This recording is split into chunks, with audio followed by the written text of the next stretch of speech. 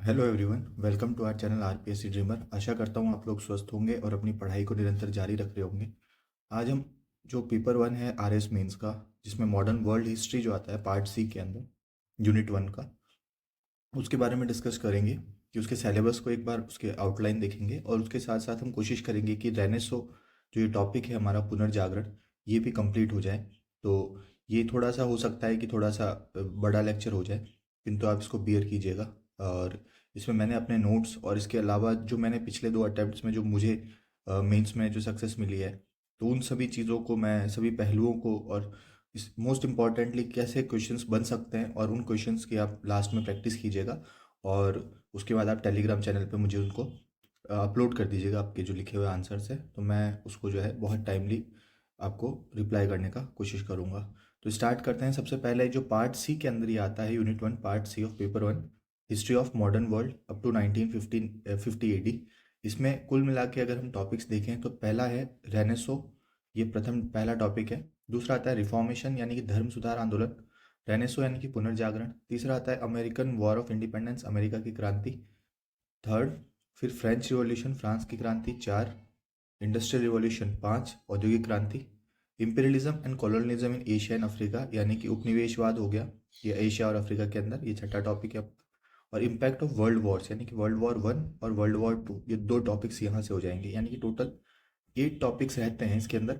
और R S mains के अंदर अगर आप इसका वेटेज देखेंगे तो टोटल जो हिस्ट्री का जो पोर्शन आता है आपके, वो हिस्ट्री का टोटल पोर्शन होता है 75 मार्क्स का, जिसमें से अराउंड 15 to 20 मार्क्स जो होते हैं वो किससे आते हैं, मॉडर्न हिस्ट्री से, मॉडर्न वर्ल्ड हिस्ट्री से आपके पूछे जाते हैं। तो आप इसकी इंपॉर्टेंस देख सकते हैं कि ऑलमोस्ट जो है कितना, आपका लगभग 25 to 30% जो है वेटेज है, ये कैरी करता है। और इस सब्जेक्ट की सबसे अच्छी क्वालिटी ये है कि ये आपको बहुत अच्छे मार्क्स फैच करवा सकता है। ये मेरा प्रीवियस जो अटेम्प्ट है उसका एक एक्सपीरियंस आपको मैं बता रहा हूँ कि अगर आपका मॉडर्न हिस्ट्री पे, जो वर्ल्ड हिस्ट्री है उस पर कमांड है आपकी, तो आपको बहुत अच्छा स्कोर इसके अंदर गेन हो सकता है। तो अब हम स्टार्ट करते हैं। सबसे पहले जो हमारा रेनेसो वाला टॉपिक है, विदाउट वेस्टिंग मच टाइम, हम रेनेसो वाला टॉपिक स्टार्ट करेंगे। रेनेसो को हिंदी में कहा जाता है पुनर्जागरण। अब ये पुनर्जागरण होता क्या है? तो पहली चीज कि जब यूरोप के अंदर क्या था कि यूरोप का जो समाज था 13वीं शताब्दी से पूर्व का, वो समाज ऐसा था जिसमें धार्मिक आडंबर ज्यादा था, धर्म की मान्यता ज्यादा थी। और स्पेशली जो रोमन लैंग्वेज थी उसी की मान्यता थी। पादरी और जो कह देते थे वही उसको सत्य मान लिया जाता था, यानी कि जो है लोगों के जो स्वतंत्र विचार है, लोगों का जो स्वतंत्र चिंतन है, उसको उतनी वेटेज नहीं दी जाती थी, उसको उतनी तवज्जो नहीं दी जाती थी। किंतु 13वीं से 16वीं शताब्दी का एक ऐसा काल आता है जिसमें बहुत सारे कारण होते हैं। उन कारणों की वजह से, कारणों को हम डिस्कस करेंगे, उन बहुत सारे कारणों की वजह से क्या होता है कि यूरोप के अंदर परिवर्तन आता है। कैसा परिवर्तन? उस धर्म के स्थान पर कुछ अलग अलग परिवर्तन आते हैं। उन परिवर्तनों को ही हम क्या कहते हैं, पुनर्जागरण कहते हैं। ठीक है, यानी कि यूरोप के अंदर 13वीं से 16वीं शताब्दी, यानी कि 13 to 16 सेंचुरी के बीच में सामाजिक, आर्थिक, राजनीतिक और धार्मिक परिवर्तन जो भी आते हैं, ठीक है, उन्हीं को हम क्या कहते हैं, रेनेसो यानी कि पुनर्जागरण कहते हैं। और इन परिवर्तनों में क्या होता है, इन परिवर्तनों में जो है नए आइडियाज, ठीक है, नए विचारों का क्या होता है, आगमन होता है, नए विचारों का समागम होता है। जैसे कि इंडिपेंडेंट, स्वतंत्र थिंकिंग, स्वतंत्र विचार, यानी कि जो है इंडिपेंडेंट थिंकिंग, लोगों को इतनी स्वतंत्रता दी गई कि वे अपने जो विचार हैं उनको प्रकट कर सके, ये शुरू होता है। मानवतावाद पर अधिक बल दिया जाने लगा, यानी कि पहले जो धार्मिक विषय वस्तु थे उनके स्थान पर अब क्या, मानव को केंद्रित जो विषय वस्तु होने लगे, यानी कि मानव के जीवन को सहज और सुलभ बनाने के ऊपर ध्यान दिया जाने लगा। उसके साथ साथ साहस, करेज, क्यूरियोसिटी, ठीक है, जानने की उत्सुकता, रिसर्च यानी कि जो है अन्वेषण, साइंटिफिक टेम्परामेंट यानी कि वैज्ञानिक दृष्टिकोण, आदि सारी चीज़ों का जो है विचार जो है वो यूरोप के अंदर फैलना शुरू हो गए। तो आई होप आप लोगों को ये चीज़ें क्लियर हुई होगी कि रेनेसो बेसिकली क्या था, कि 12वीं शताब्दी तक जो है जो यूरोप का समाज था वो धार्मिक समाज था। और उसमें जो है जो परिवर्तन आए 13वीं से 16वीं शताब्दी के बीच में, सामाजिक, आर्थिक, राजनीतिक और कौन कौन से धार्मिक परिवर्तन जो आए यूरोप के अंदर, और उस वजह से नए विचारों का क्या आता है, आगमन होता है। जैसे कि इंडिपेंडेंट थिंकिंग, ह्यूमनिज्म, करेज, क्यूरियोसिटी, रिसर्च, साइंटिफिक टेम्परामेंट, इन सभी को क्या कहा जाता है, रेनेसो यानी कि पुनर्जागरण कहा जाता है। हिंदी में मैंने कुछ टर्म्स लिख रखी है, तो जो भी विद्यार्थी हिंदी के हैं तो उनको ये समझने में आसानी होगी। अब जैसा कि मैं आपको कहता हूँ कि आपके उत्तर में जो नई वैल्यू एडिशन है वो क्या हो सकता है। जैसे मैंने आपको आपको पिछले लेक्चर में पब्लिक एडमिनिस्ट्रेशन का एक ओवरव्यू दिया था, तो जिसमें हमने प्रकृति वगैरह और ये सब चीज़ें देखी थी। तो वैसे ही आप इसमें एक जो है एक टॉपिक और लिख सकते हैं। अगर रेनेसो का आपका 2 नंबर का सवाल आता है व्हाट इज रेनेसो, तो उसके अंदर आप जॉर्ज वसारी जो है, जॉर्जो वसारी की आप डेफिनेशन लिख सकते हैं कि जॉर्जो वसारी ने जो क्या कहा था कि आर्किटेक्चर और स्कल्पचर का जो विकास है, डेवलपमेंट है, वही क्या है, रेनेसो है। आर्किटेक्चर यानी कि स्थापत्य। तो जॉर्ज वसारी क्या कहते हैं कि स्थापत्य और मूर्तिकला में विकास ही पुनर्जागरण कहलाया। ठीक है, ये भी आप लिख सकते हैं। तो इससे क्या होता है कि आपके सवाल की ऑथेंटिसिटी जो है वो बढ़ जाती है आपके उत्तर की। ठीक है, ये आपको समझ में आ गया होगा। अब मैंने बताया कि एक परिवर्तन आए, इन परिवर्तनों का क्या कारण था। ठीक है, तो इसी को कहा जाता है कि भाई what are the causes of renaissance. Renaissance यानी कि पुनर्जागरण के कारण क्या थे। तो आपको मैं एक चीज़ बता देता हूँ। सबसे पहली चीज़, आप इस मैप को देखिएगा। मैप में जो है आपको एक पता चलेगा, एक तो वेस्टर्न रोमन एम्पायर है और एक ईस्टर्न रोमन एम्पायर है। रोम जो है दो पार्ट में डिवाइडेड था, एक तो पश्चिमी जो रोमन एम्पायर था, और एक जो है ईस्टर्न यानी कि जो है पूर्वी रोमन साम्राज्य था। इन दोनों में जो पश्चिमी रोमन साम्राज्य था उसकी कैपिटल थी रोम, और जो ईस्टर्न रोमन एम्पायर था, पूर्वी रोमन एम्पायर था, उसकी थी कॉन्स्टेंटिनोपल। ठीक है, जो कि वर्तमान में अभी आप देखेंगे, चूंकि कुछ समय बाद क्या होता है यहाँ पे कि भाई ऑटोमन टर्क्स जो है उन्होंने यहाँ पे जो है कॉन्स्टेंटिनोपल पर आधिपत्य स्थापित कर दिया। तो रोमन साम्राज्य का जो है अंत हो जाता है, और यहाँ पर जो है टर्की जो है, तुर्क वाला जो शासन है वो स्थापित हो जाता है। तो इसका अभी वर्तमान में नाम है टर्की, और टर्की के अंदर जो कॉन्स्टेंटिनोपल वाली जगह है इसको कहा जाता है इस्तानबुल। ठीक है, जो मैंने स्टार मार्क कर रखा है ये इस्तानबुल कहा जाता है अभी वर्तमान में। पहले इसको क्या कहा जाता था, कॉन्स्टेंटिनोपल। हिंदी में आप कहें तो कस्तंतुनिया कहा जाता था। ठीक है, अब आप एक चीज़ देखेंगे, ये मेडिटेरियन सी है पूरा। तो ये मेडिटेरियन सी से ये जो मार्ग है, ये वाटरवेज आपको एशिया, अफ्रीका, यूरोप, इन सबको कनेक्ट कर नहीं रहा है। तो इस वजह से आप ये देखेंगे कि जब यहाँ से क्या होता है, जो धर्म युद्ध होते थे, कस्तंतुनिया पर जब आधिपत्य स्थापित करने के लिए तुर्कों ने आक्रमण किया, ठीक है, तो यहाँ पर क्या होगा, ये जो सोल्जर्स आते थे ये इस वाले बेल्ट में आके क्या हो गए, बस गए।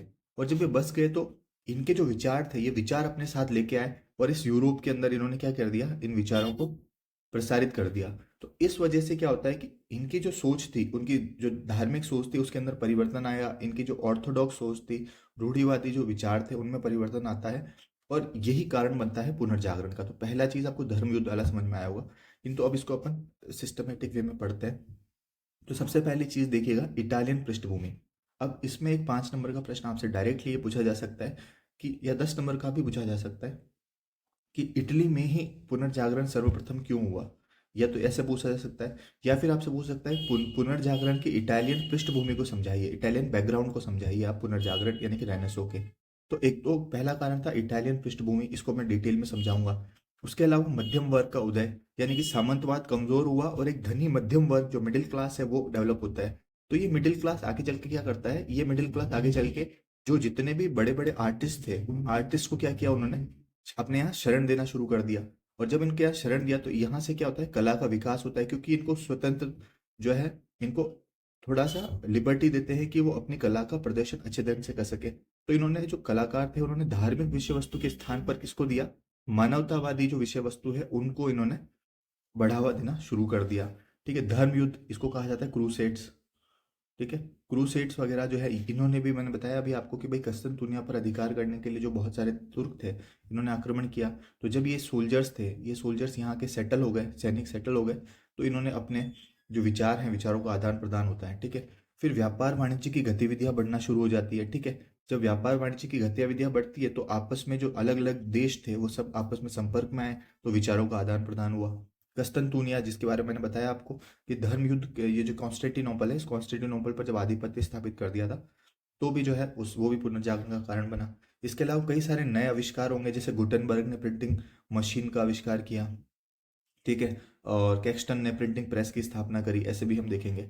इसके अलावा जब ये व्यापार वाणिज्य की गतिविधियां बढ़ी ना, तो आपके जो है बड़े शहरों का निर्माण होता है, जैसे विनाइस, मिलान, फ्लोरेंस, ठीक है, बोलोग्ना, ये सारी सिटीज़ डेवलप होती है। और ये सिटीज़ डेवलप होती है तो यहाँ पर क्या होता है, एक अर्बन कल्चर के अंदर जो धर्म के स्थान में कमी देखने को मिली, और जो है वहाँ पे मानवतावादी या फिर जो व्यक्तिवादी जीवन शैली है वो बढ़ावा शुरू होने लगा उसको। ठीक है, तो ये एक ओवरव्यू था। अभी मैं आपको सबसे पहले बताता हूँ कारणों में इटालियन पृष्ठभूमि। इटालियन पृष्ठभूमि से अगर आपसे प्रश्न पूछ ले 5 या 10 नंबर का, तो पहली चीज कि भाई इटाली में ही क्यों हुआ, तो इटली में सबसे पहला कारण था इटली की जो भौगोलिक स्थिति थी, वो सबसे बड़ा कारण था। तो इटली की जो भौगोलिक स्थिति, अभी आप देखिए ये जो वाला पार्ट है ना, ये वाला पार्ट, ये आपकी इटली वाली लोकेशन रहती है, ठीक है, थोड़ा सा अंदर धसा हुआ पार्ट है। तो यहाँ से क्या होता था कि जब इसकी भौगोलिक स्थिति ऐसी थी कि ये जो है एशिया, अफ्रीका और यूरोप का जो वाटरवेज था, यानी कि जो जल मार्ग था, वहाँ पे सिचुएटेड था। तो यहाँ पे जो बहुत बड़े बड़े बंदरगाह जो है यहाँ पे सिचुएटेड थे, ठीक है। तो इस वजह से क्या होता था कि बहुत सारे शिप्स यहाँ आके रुकते थे। कोई भी धर्म युद्धों के कारण जो सैनिक हैं वो सैनिक यहाँ पे आके बसना शुरू हो गए। तो इस वजह से क्या हुआ कि इटली की जो जो भौगोलिक स्थिति थी, उस कारण से सबसे पहले जो है इटली में पुनर्जागरण शुरू होता है। और उसके साथ साथ क्या होता है, फिर वो आगे पनपना शुरू होता है। उसके साथ साथ आप ये देखेंगे कि जो पश्चिमी रोमन साम्राज्य था, वेस्टर्न रोमन एम्पायर था, उसकी कैपिटल थी रोम। ये इटली वाला पार्ट है, ठीक है। तो इस वजह से क्या होता है कि यहाँ पे जो पोप था उसने भी संरक्षण दिया, ठीक है। उसने भी जो है अलग अलग आर्टिस्ट को, अलग अलग लोगों को इन्होंने क्या किया, संरक्षण देना शुरू किया। तो इस वजह से भी पुनर्जागरण जो है आगे चल के फैला। दूसरा, इटली जो है एक प्राचीन रोम साम्राज्य की क्योंकि राजधानी के रूप में जाना जाता था, ठीक है। इस वजह से क्या होता है कि यहाँ पे बहुत सारे जो है स्तंभ, मॉन्यूमेंट्स वगैरह जो है वो यहाँ पे विरासत स्थल और ये सब चीज़ें यहाँ पे सिचुएटेड थी।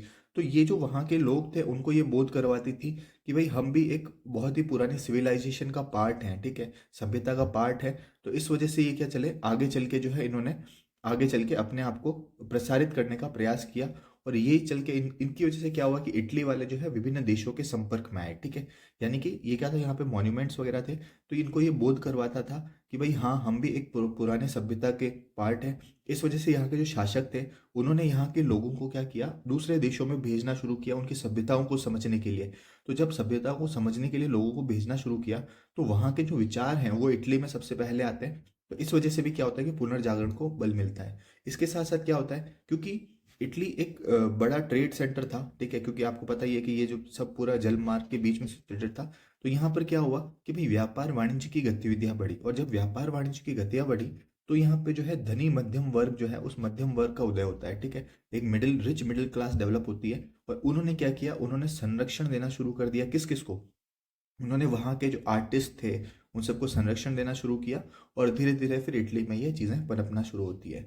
और उसके साथ साथ क्या होता है, जब व्यापार वाणिज्य की गतिविधियां बढ़ती है तो बड़ी बड़ी सिटीज़ जो है वो डेवलप होती है, जैसे कि विनाइस, मिलान, ठीक है, फ्लोरेंस, बोलोग्ना, ये सारी सिटीज़ वगैरह जो है क्या होती है आगे चल के डेवलप होना शुरू होती है।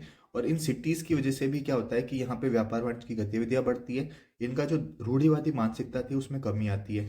उसके अलावा क्या होता है कि एक ये जो मर्चेंट था मार्को पोलो, इस मार्को पोलो को मंगोल कोर्ट के अंदर भेजा गया, ठीक है।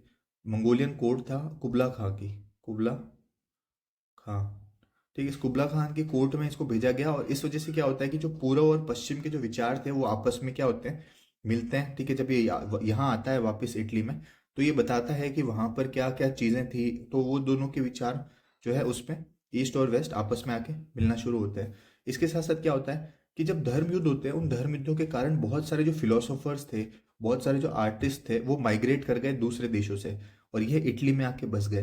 तो इस वजह से जो है इनके द्वारा जो लिखित ग्रंथ है, इनके इनके जो विचार हैं वो इटली में आना शुरू होते हैं। और इस वजह से भी क्या होता है, पुनर्जागरण को बल मिलता है। उसके अलावा यूनिवर्सिटीज़, बहुत सारी यूनिवर्सिटीज, चूंकि इटली एक संपन्न देश के रूप में स्थापित हो चुका था जिसके मैंने कारण बताया आपको। तो इस वजह से क्या होता है यहाँ पे बहुत सारे यूनिवर्सिटीज़ का एस्टेब्लिशमेंट होता है।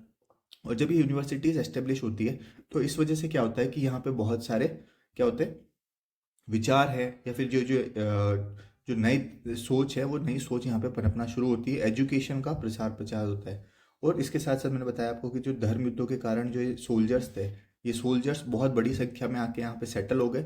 और फिर धीरे धीरे यहाँ पे कल्चर जो है वो मिक्स होने लग गया, और धीरे धीरे इनके जो रूढ़िवादी मानसिकता थी उसके अंदर कमी आना शुरू हो गई। तो ये इटालियन पृष्ठभूमि थी, ठीक है। उसके साथ साथ अगर मैं आर्थिक कारण, इकोनॉमिक फैक्टर्स की बात करूं, तो जैसा कि मैंने बताया आपको, व्यापार वाणिज्य की गतिविधियां बढ़ी, क्यों, क्योंकि वाटरवेज के रूट पे था ये।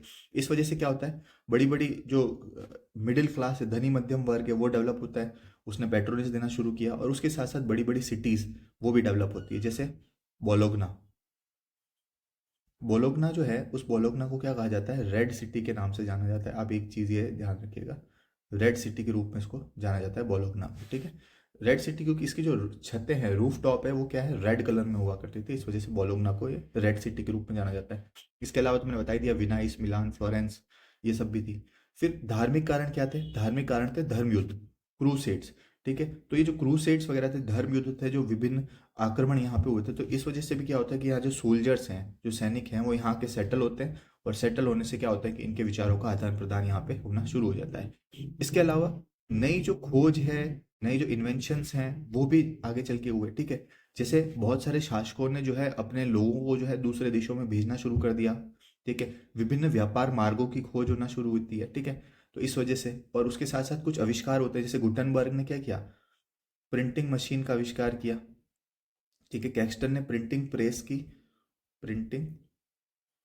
प्रेस की स्थापना करी, कहाँ पर, इंग्लैंड में, ठीक है। और मर्केंटन ने क्या किया, ठीक है, कंपस की खोज कर दी, ठीक है। तो जब कंपस की खोज होती है, तो कंपस के आने के बाद क्या होता है, बहुत ही रिवोल्यूशनाइज हो जाता है, क्योंकि फिर आपके पास कंपस था, तो आप जो है जोग्राफिकल डिस्कवरीज करना बहुत आसान हो जाता है, ठीक है। तो जब जोग्राफिकल डिस्कवरीज आसान हो गई, तो लोगों के जो बीच में कहाँ कहाँ जाना है, उनके बीच में, देशों के बीच में संपर्क होना भी शुरू हो जाता है। और तात्कालिक कारण क्या था, इमीडिएट कॉज क्या था, इमीडिएट कॉज था कंस्तंतुनिया, कॉन्स्टेंटिनोपल पर जब आधिपत्य स्थापित कर दिया, किसने, ओटोमन टर्क्स ने, ठीक है। ओटोमन तुर्क जो थे, उन ओटोमन तुर्क ने क्या कर दिया, कस्तंतुनिया, कॉन्स्टेंटिनोपल पर जब आधिपत्य स्थापित कर दिया, तो इस कॉन्स्टेंटिनोपल के यहाँ पर जो बहुत सारे आर्टिस्ट थे, बहुत सारे बड़े बड़े आर्टिस्ट थे, वो सब क्या हो गए, माइग्रेट कर गए, ठीक है। और उसमें से एक बड़ा नाम था कार्डिनल बेसेरियन, ठीक है। कार्डिनल बेसेरियन जो था, वो अपने साथ 8,000 पांडुलिपियाँ, यानी कि मैन्युस्क्रिप्ट जो है वो साथ में लेके आया। तो जब ये यूरोप में आता है, 8,000 800 पांडुलिपि अपने साथ लेके आता है, तो आप सोचो कि इसके जो विचार थे, वो सारे विचार यूरोप के अंदर जो है विभिन्न भाषाओं के अंदर पनपना शुरू हो जाते हैं, और धीरे धीरे क्या होता है, आगे चल के यूरोप में पुनर्जागरण का वो कारण बन जाता है। तो आई होप आप लोगों को इसके कारण समझ में आया होगा कि यूरोप में आखिर क्यों हुआ। तो उसमें एक इटालियन पृष्ठभूमि है, आर्थिक है, राजनीतिक कारण है, फिर नई जो ज्योग्राफिकल इन्वेंशंस हैं, डिस्कवरीज हैं, ठीक है। और तात्कालिक कारण में कस्तूनतुनिया पर आधिपत्य हो गए, ठीक है। अब मैं आपसे बात करता हूँ कि इसके फीचर्स क्या क्या थे, ठीक है। अभी हम सबसे पहले बात करते हैं इसके फीचर्स क्या क्या थे। सबसे पहली चीज़ कि ये मानवतावाद पर आधारित था, यानी कि यहाँ पे धर्म का दखल कम था, और मानव जो है वो विषय वस्तु का केंद्र था, ठीक है। दूसरा, व्यक्तिवादी जीवन शैली के ऊपर ज़्यादा चित्रण किया जाने का, क्यों, क्योंकि जब व्यापार वाणिज्य की गतिविधियाँ बढ़ी, तो लोग शहरों में आए। तो आपको पता ही है कि शहरों की एक खासियत होती है, वहाँ पे व्यक्तिवादी जीवन शैली होती है, ठीक है। खुद के जो एस्पिरेशंस हैं, डिजायर्स हैं, खुद की क्या आकांक्षाएं हैं, उन पर ज़्यादा बल दिया जाता है अपितु की सोसाइटी के ऊपर, ठीक है। तो इस वजह से व्यक्तिवाद बढ़ा, इंडिविजुअलिज्म बढ़ा। इसके अलावा पूंजीवादी जीवन शैली बढ़ना शुरू, और स्वाभाविक था क्योंकि व्यापार वाणिज्य की गतिविधियां बढ़ी। और जब पूंजीवादी जीवन शैली बढ़ना शुरू होती है, तो उससे क्या होता है कि उससे मटीरियलिज्म, ठीक है, मटेरियलिज्म यानी कि भौतिकवादी जो जीवन शैली है वो भी बढ़ती है, ठीक है। यानी कि जो मटेरियल चीज़ें हैं, ठीक है, जो चाहे कपड़ा, मकान हो गया, आदि जो चीज़ें होती है, जो लग्जरियस आइटम्स होते हैं, क्योंकि लोगों के पास पैसा आना शुरू हुआ, तो उनकी भौतिकवादी जीवन शैली पनपना शुरू होती है। दूसरा, ये नगर केंद्रित थी, क्योंकि व्यापार वाणिज्य की गतिविधियां बढ़ी, तो बड़े बड़े नगरों का निर्माण होता है। ग्रामीण क्षेत्र पर इसका कोई प्रभाव नहीं था पुनर्जागरण का, ये मुख्यतः किस पे थी, नगर केंद्रित जो है, ये क्या था, बौद्धिक आंदोलन था, अर्बन सेंट्रिक था ये। उसके अलावा तार्किकता थी, यानी कि जो रूढ़िवादी सोच थी, या फिर जो धर्म के द्वारा जो व्याख्या की गई थी, उस व्याख्या को तर्क के आधार पर क्या दिया जाने लगा, काउंटर किया जाने लगा, ठीक है। उस पर वाद विवाद शुरू होता है, तो तार्किकता पर आधारित था। उसके अलावा उत्सुकता थी, क्यूरियोसिटी थी, जानने की कुछ ना कुछ क्यूरियोसिटी थी, कि कोई चीज अगर कही गई है धर्म ग्रंथों के अंदर, तो इसका क्या कारण है, क्या ये सही है या क्या गलत है, ठीक है। उस पर तर्क आधारित और क्यूरियोसिटी, यानी कि उसको जानने की उत्सुकता थी। उसके अलावा ये बौद्धिक आंदोलन था, क्यों, क्योंकि तर्क पर आधारित था, तो एक प्रकार का क्या था, बौद्धिक आंदोलन भी ये था, ठीक है। आई होप आप लोगों को ये सारी चीज़ें क्लियर हुई होगी। अब आता है रेनेसो का क्या प्रभाव पड़ता है। तो रेनेसो के प्रभाव को आप मल्टी डायमेंशनल तरीके से पढ़िएगा। एक तो राजनीतिक प्रभाव, एक आर्थिक कारण, एक कल्चरल कारण, ठीक है, और उसके अलावा एक आर्ट एंड कल्चर पे क्या प्रभाव पड़ा, इन सब चीज़ों के ऊपर अपन बात करेंगे, ठीक है। तो सबसे पहले मैं बात करता हूँ आपको कि भाई राजनीतिक प्रभाव क्या था। तो राजनीतिक प्रभाव में सबसे पहले ये था कि अब राष्ट्रवाद के लिए इन्होंने एक आधार प्रदान कर दिया, यानी कि क्या होता है कि जो लैटिन भाषाएं थी, लैटिन भाषाओं का विकास होना शुरू होता है। तो अलग अलग देश, यूरोप पहले इंटीग्रेटेड था, लेकिन अब अलग अलग देश, इंग्लैंड, स्कॉटलैंड, ठीक है, इटली, सब में अलग अलग जो है राष्ट्रवाद का उदय होना शुरू होता है। यानी कि मेरा देश पर्टिकुलरली, मेरी जो भाषा है उस भाषावाद का शुरू होता है। और इंडिविजुअलिज्म यानी कि जो है एक राष्ट्रवाद की भाषा भाषा राष्ट्रीय देशों का निर्माण होना शुरू हो जाता है। उसके लिए एक आधार प्रदान कर दिया। जैसे रशिया के अंदर बड़े बड़े जो रूलर्स थे या जो है उनका उदय होता है। जैसे रशिया के अंदर पीटर द ग्रेट, ये शासक आ जाता है। फ्रांस के अंदर लुई 14, जब हम फ्रेंच रिवॉल्यूशन पढ़ेंगे तो पढ़ेंगे लुई 14, 15, 16, ये सब पढ़ेंगे अपन, ठीक है। तो फ्रांस के अंदर ये सब, तो यानी कि विभिन्न रियासतें, विभिन्न किंगडम्स का निर्माण होना शुरू हो जाता है। दूसरा, नए विचारों का आदान प्रदान होता है, नए विचार आते हैं, लिबर्टी, इक्वलिटी, फ्रेटर्निटी आदि विचार आना शुरू होते हैं। इसके अलावा सामंतवाद कमजोर हो जाता है, ठीक है। और सामंतवाद कमजोर होने से क्या होता है कि चूंकि व्यापार वाणिज्य की गतिविधियां बढ़ती है, तो मिडिल क्लास यानी कि मध्यम वर्ग जो है वो प्रभावशाली होना शुरू हो जाता है। तो आई होप आपको पॉलिटिकल इम्पैक्ट समझ में आए होंगे। दूसरा आता है आर्थिक कारण। तो आर्थिक कारण क्या थे कि भाई पूंजीवादी जीवन शैली पनपना शुरू होती है, ठीक है। पूंजीवाद को बहुत ज्यादा महत्व दिया जाने लगा। अब पूंजीवाद से क्या होता है, वाणिज्यवाद का उदय होता है। कैपिटलिस्टिक टेंडेंसीज बढ़ी, उस वजह से क्या होता है, मर्केंटलिज्म यानी कि वाणिज्यवाद बढ़ा। अब वाणिज्यवाद में तीन चीजों पर फोकस था, 3G, गुड्स यानी कि जो व्यापार के लिए जो सामान वगैरह, माल इसका, और उससे आया हुआ पैसा, ठीक है। गोल्ड, गोल्ड यानी कि पैसा। और उस इन दोनों से मिलके बनता है ग्लोरी, यानी कि अपने आप को ग्लोरीफाई करना, एक दूसरे से ऊपर सुपीरियर साबित करना, ठीक है। ये सब चीज़ें यहाँ पे डेवलप होती है। और इस वाणिज्यवाद की वजह से क्या होता है, इस वाणिज्यवाद ने प्रमोट किया ज्योग्राफिकल डिस्कवरीज को, ठीक है। अलग अलग देशों में लोग जाने लगे, अलग अलग, जैसे वास्को डी गामा, कोलंबस, इनको भेजा गया अलग अलग देशों के अंदर कि भाई खोज करने के लिए भेजा गया, ठीक है। तो भौगोलिक खोज का निर्माण शुरू होता है, ठीक है। और इन दोनों वाणिज्यवाद की वजह से और कैपिटलिज्म की वजह से क्या होता है, शहरीकरण शुरू होता है, अर्बनाइजेशन होता है, बड़ी बड़ी सिटीज का निर्माण होता है, जैसे विनाइस, मिलान, फ्लोरेंस, बोलोग्ना, ठीक है। इन सभी सिटीज का निर्माण होता है, ठीक है। उसके साथ साथ क्या होता है, जब ये इतना सारा पैसे का सर्कुलेशन होता है तो यहाँ पे बैंकिंग गतिविधियां बढ़ती है, बैंकिंग और फाइनेंशियल इंस्टीट्यूशंस का निर्माण होना शुरू हो जाता है। तो आई होप आप लोगों को इकोनॉमिक जो इम्पैक्ट है वो समझ में आया होगा कि भाई आर्थिक प्रभाव क्या पड़े पुनर्जागरण के आने की वजह से। फिर आता है कल्चरल इम्पैक्ट। कल्चरल इम्पैक्ट का मतलब क्या हो जाता है कि भाई संस्कृति के ऊपर क्या प्रभाव पड़ा। अब संस्कृति में एक तो समाज के ऊपर क्या प्रभाव पड़ा है, धर्म के ऊपर क्या प्रभाव पड़ा है, इन दोनों को देखते हैं अपन। अब सोशल कॉज में क्या था, जो सबसे ज्यादा जो सामाजिक प्रभाव पड़ा वो क्या था, इंटीग्रेटेड सिविल सोसाइटी का निर्माण होता है। एकीकृत, ठीक है, एकीकृत नागरिक समाज, इसका निर्माण होता है। एकीकृत या इंटीग्रेटेड सिविल सोसाइटीज क्या होती है, ये सरकार और जो नागरिक हैं इनके बीच में एक कड़ी का काम करती है, इनकी समस्याओं को सरकार तक पहुंचाती है। तो ऐसे इंटीग्रेटेड सिविल सोसाइटीज का निर्माण होता है। उसके साथ साथ मिडिल क्लास, ठीक है, मिडिल क्लास, वो भी रिच, ठीक है, रिच मिडिल क्लास का निर्माण होता है। और इन्होंने क्या किया, पेट्रोनेज देना शुरू किया। पेट्रोनेज यानी कि संरक्षण। किसको संरक्षण देना शुरू किया, जो भी जितने भी आर्टिस्ट थे, कलाकार थे, उनको संरक्षण देना शुरू हुआ। तो ये भी क्या चल का आगे चल के ये काफ़ी जो है धर्म के स्थान पर इन्होंने क्या किया, जो मानवतावाद है, मानव की व्याख्या करना शुरू कर दिया। फिर रिलीजियस में क्या था, जो धार्मिक था उसमें इसने एक आधार प्रदान किया धर्म सुधार आंदोलन को। धर्म सुधार आंदोलन अपना अगला टॉपिक है। तो धर्म सुधार आंदोलन के लिए क्या किया, धर्म सुधार आंदोलन, ठीक है, उसके लिए एक आधार प्रदान किया उन्होंने, ठीक है। उसके साथ साथ जैसे ये एक एरेस्मस नाम का जो व्यक्ति है, इस एरेस्मस को हम पढ़ेंगे जब रिफॉर्मेशन धर्म सुधार आंदोलन पढ़ेंगे। उसने जो है धर्म की व्याख्या करी कि भाई लॉजिक, कंसाइंस और इंटेलिजेंस, इसके आधार पर क्या होना चाहिए, धर्म की व्याख्या की जानी चाहिए। लॉजिक यानी कि तर्क के आधार पर उसकी व्याख्या की जानी चाहिए, ठीक है। कंसाइंस यानी कि चेतना के आधार पर, और इंटेलिजेंस यानी कि बुद्धि के आधार पर। तो धर्म, चेतना और बुद्धि के आधार पर क्या करना चाहिए, जो धर्म है उसकी व्याख्या करनी चाहिए, उसको जो है उसको नाप तोल के रखना चाहिए। तो ये एरेस्मस ने अपनी एक व्याख्या की थी, ठीक है।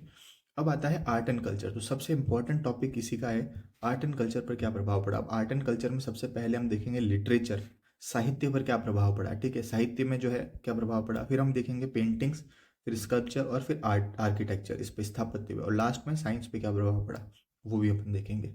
सबसे पहले अपन बात करते हैं जो लिटरेचर पर क्या प्रभाव पड़ा। तो लिटरेचर में जो पहले विषय वस्तु हुआ करती थी वो जो है पारलौकिक थी, यानी कि इस बाहरी, मतलब जो हम स्वर्ग में क्या हो रहा है इन सब चीज़ों के ऊपर बात करते थे। लेकिन अब क्या होता है, अब जो है ये इसी जो वर्तमान में जो सांसारिक है अलौकिक उसकी बात करना शुरू कर गए। धार्मिक विषय वस्तु के स्थान पर क्या होता है कि भाई मानवतावादी जीवन शैली के ऊपर विषय वस्तु हो गई। पोएट्री थी, पहले क्या था कि गई पद्य में रचनाएं होती थी, अब क्या होने लगा गद्य में प्रोज में रचनाएं होने लगी। पहले रोमन भाषा को मान्यता थी, अब जो है लैटिन लैंग्वेजेस है, स्पेनिश हो गई, फ्रेंच हो गई, ठीक है, इटालियन हो गई, इन सभी लैंग्वेजेस को भी मान्यता देना शुरू कर दिया गया। ठीक है, तो ये इसका विषय वस्तु में तो ये परिवर्तन आया। अब अपन बात करते हैं जो लिटरेचर है उसमें क्या कहाँ प्रभाव पड़ा। एक तो इटालियन लिटरेचर, फिर इंग्लिश लिटरेचर, फिर फ्रांस, फिर डच और फिर स्पेनिश, इन सभी लिटरेचर के ऊपर प्रभाव क्या क्या पड़ा उसके बारे में बात करते हैं। तो देखो, अब आपको जो है इसमें हो सकता है कि बहुत टाइम लगे पढ़ने में, लेकिन आपको जो है इसको अच्छे से रिवाइज करना है।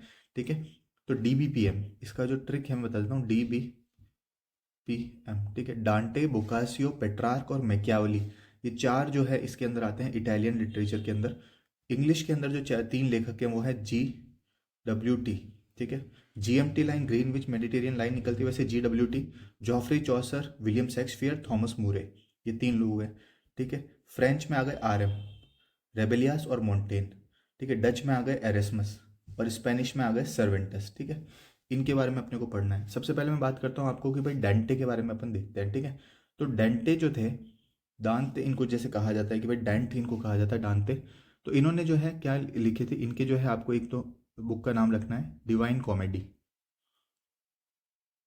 ठीक है, दूसरी बुक का नाम रखना है ला वितनोवा और मोनार्किया। ठीक है, तीन इसके अंदर बुक्स थी इनके द्वारा, डिवाइन कॉमेडी, ला वितनोवा और मोनार्किया, ये आप लिख लीजिएगा। ठीक है, अपने कहीं नोट्स के अंदर।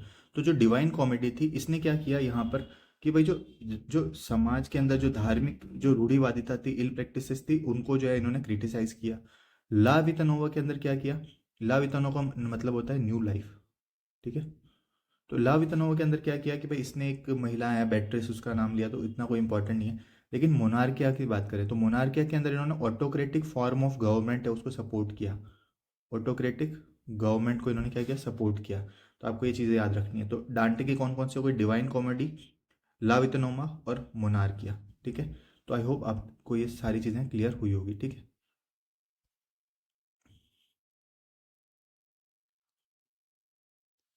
तो अब अपन बात करते हैं बोकासियो की। तो बोकासियो ने लिखे थे डी कैमरून। ठीक है, बोकासियो की बुक का नाम क्या है, डी कैमरून है। और इसको जो है फादर ऑफ इटालियन प्रोज कहा जाता है, इतना कोई इंपॉर्टेंट नहीं है। बोकासियो की बुक का क्या नाम है, डी कैमरून। तीसरा आता है पेट्रार्क। तो पेट्रार्क जो है इसको कहा जाता है फादर ऑफ ह्यूमनिज्म। ठीक है, तो यानी कि जो है मानवतावाद के ऊपर जो है इसने बहुत ज़्यादा जो है उसको फोकस पे रखा था। तो पेट्रार्क की बात हो गई। फिर आता है मैकियावली। मैकियावली बहुत इंपॉर्टेंट है। मैकियावली की बुक का नाम था द प्रिंस। ठीक है, the Prince, art of war, history of Florence, तीन है, लेकिन द प्रिंस को इंपॉर्टेंट है, याद रखना है आपको। प्रिंस के अंदर क्या था कि भाई जो है एक अनकंट्रोल्ड पॉलिटिकल स्टेट को सपोर्ट करता है ये, यानी कि एक ऐसा राजनीतिक जो है ना वो होना चाहिए, समाज होना चाहिए जो कि धर्म के स्थान पर क्या करे, ऑटोक्रेटिक फॉर्म ऑफ गवर्नमेंट हो, जहाँ पर जो है रूल ऑफ लॉ हो, शासन हो। ठीक है, धर्म का स्थान बहुत कम हो। तो ये मैकियावली ने बुक लिखी थी द प्रिंस। ठीक है, ये चीज़ आपको समझ में आ गई होगी। ठीक है, तो ये चार लोग थे, डांटे, बोकासियो, पेट्रार्क और मैकियावली। अगला आता है इंग्लिश लिटरेचर। तो इंग्लिश लिटरेचर में तीन आते हैं, जॉफ्री चौसर, विलियम शेक्सपियर, थॉमस मूर। तो इसमें जो है इसने लिखी थी कैंटरबरी टेल्स। ठीक है, इनकी बुक का क्या नाम था, कैंटरबरी टेल्स। विलियम शेक्सपियर की तो बहुत सारी बुक्स हैं, इलिया, देखो आप, मैं इसका बताता हूँ, बहुत सारी है। कौन कौन सी है, मैकबेथ, ओथेलो, ठीक है, रोमियो, जूलियट। ठीक है, ये सारी इनकी रचनाएं थी। थॉमस मूर की बात करें तो इन्होंने लिखी थी यूटोपिया। ठीक है, ठीक है, राम राज्य की बात करते हैं, ऐसा समाज की बात करते हैं जिसमें किसी भी प्रकार के जो है सामाजिक आडंबर, सामाजिक रूढ़ियाँ नहीं होगी इसके अंदर। ठीक है, तो आई होप आपको ये चीज़ें क्लियर हुई होगी। इसके अलावा आता है रेबेलियास और मोंटेन। ठीक है, इन दोनों के बारे में बात कर लेते हैं। ये है फ्रेंच लिटरेचर में। तो रेबेलियास जो है इन्होंने दो लिखी थी, the life of Gargantua, the life of Gargantua and heroic deeds of Pantagruel. ठीक है, अगर आप चाहेंगे तो मैं अपने नोट्स भी शेयर कर दूंगा, लेकिन मैं चाहता हूँ कि आप लोग इनको लिखें, ठीक है, इसी फॉर्मेट में लिखें ताकि ये याद जल्दी रहें, क्योंकि मेरे नोट्स हो सकता है कईयों को समझ में ना आए। फिर आता है मोंटेन। तो मोंटेन ने जो है क्या लिखा था, मोंटेन को कहा जाता है फर्स्ट मॉडर्न मैन के नाम से इनको जाना जाता है, ठीक है, ऐसे वगैरह लिखते थे। फिर आता है एरेस्मस। तो एरेस्मस जो है इनकी बुक का नाम in praise of the folly, in praise of the folly, ठीक है, ये इनकी बुक का नाम है, जो फर्स्ट बेस्ट सेलर बुक थी यूरोप की, ठीक है, बेस्ट सेलर थी, वो भी फर्स्ट बेस्ट सेलर थी यूरोप की, ठीक है। फिर आता है सर्वेंटस। तो सर्वेंटस की बुक का नाम था डॉन क्विजॉट, ठीक है। जो डॉन क्विजॉट था, अब आपको पता होगा कि जैसे इनके जो बहुत सारे डायलॉग्स फेमस है, जैसे कि आपने देखा होगा हर कुत्ते का दिन आता है, ठीक है, या फिर जो है समान जो विचार के लोग जो हैं वो एक साथ रहते हैं, ठीक है। तो जैसे इसमें लिखा है कि भाई every dog has its day, ठीक है, या फिर birds of feather flock together, ये सारी जो इनके द्वारा ही सर्वेंटस के द्वारा कही गई है, ठीक है। तो आई होप आपको लिटरेचर से संबंध में जो चीज़ें हैं वो आपको समझ में आ गई होगी कि भाई इटालियन, इंग्लिश, फ्रेंच, डच और स्पेनिश आपसे पूछ ले कि भाई इटली लिटरेचर पे क्या प्रभाव पड़ा, तो आप ये बताइएगा सब्जेक्ट मैटर, और उसके साथ साथ आप बताइएगा इटालियन, इंग्लिश, फ्रेंच, डच और स्पेनिश के कुछ कुछ के नाम आप याद रख लीजिएगा, ठीक है। फिर आता है पेंटिंग्स पे क्या प्रभाव पड़ता है, ठीक है। तो पेंटिंग्स के ऊपर भी सब्जेक्ट मैटर सब कुछ यही था, ठीक है, यही लिखना है आपको सब्जेक्ट मैटर में, अदर वर्ल्डली रिलीजियस पोइट्री ये, और फिर अब जो है क्या हो गया था, प्रोज, लैटिन और ह्यूमन सेंट्रिक वगैरह हो गया था, ठीक है। अब मैं आपको बताता हूँ कि भाई इसमें पेंटिंग्स में क्या क्या था। सबसे पहली बात करते हैं अपन गियोटो की। तो गियोटो जो है उसको क्या कहा जाता है, फादर ऑफ पेंटिंग्स कहा जाता है, फादर ऑफ पेंटिंग्स के नाम से गियोटो को जाना जाता है। और इसके अलावा जो है इन्होंने जो मानव हो गया, मैन और नेचर जो है उसके ऊपर पेंटिंग्स वगैरह किया शुरू किया था, ठीक है। अगला आता है मिशेल एंग्लो। तो मिशेल एंग्लो जो है, मिशेल एंग्लो ने लिखी द फॉल ऑफ मैन, ठीक है, और last judgement,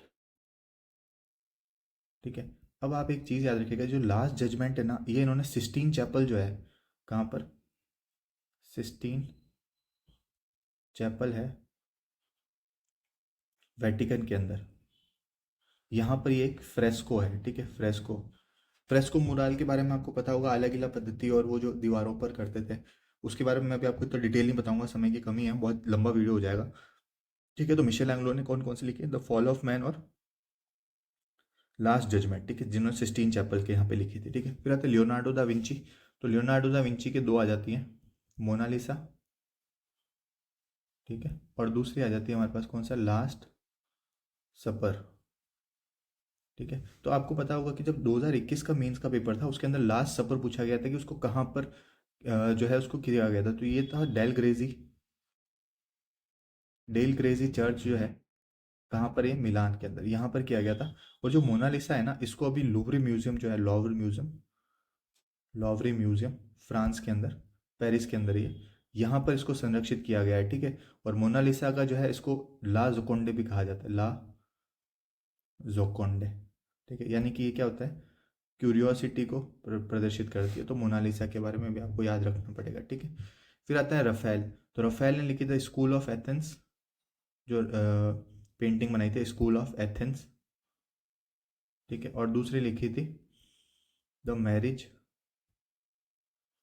of the virgin, ठीक है, ये राफेल के द्वारा इसमें चित्रित थी, ठीक है।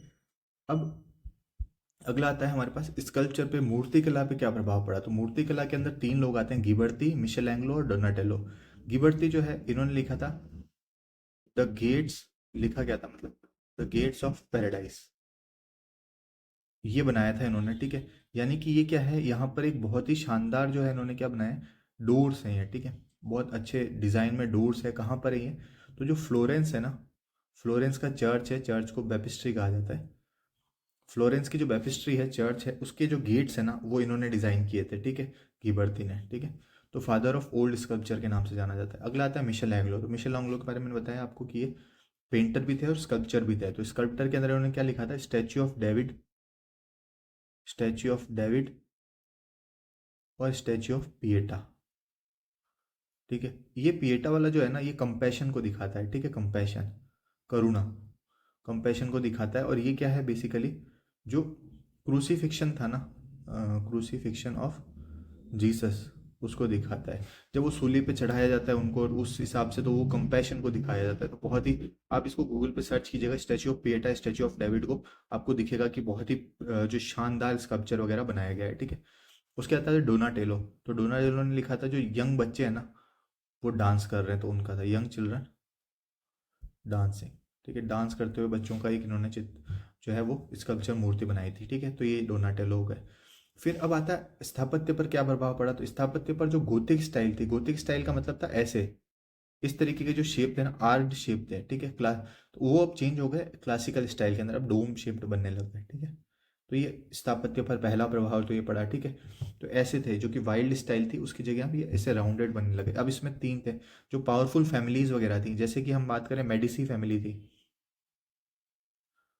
ठीक है। मेडिसी फैमिली थी, कहाँ की थी, फ्लोरेंस की, ठीक है। और इसके अलावा कौन सी थी, मिलान, जो हमारे पास थी स्फोर्जा फैमिली, ये कहाँ की थी, मिलान की, ठीक है। तो मेडिसी फैमिली हो गई, स्पोर्ट्स, ये रिच मिडिल क्लास फैमिलीज थी, ठीक है, काफ़ी रिच फैमिलीज थी, पावरफुल फैमिली, जैसे मेडिसी हो गई फ्लोरेंस की, और स्फोर्जा फैमिली हो गई मिलान की।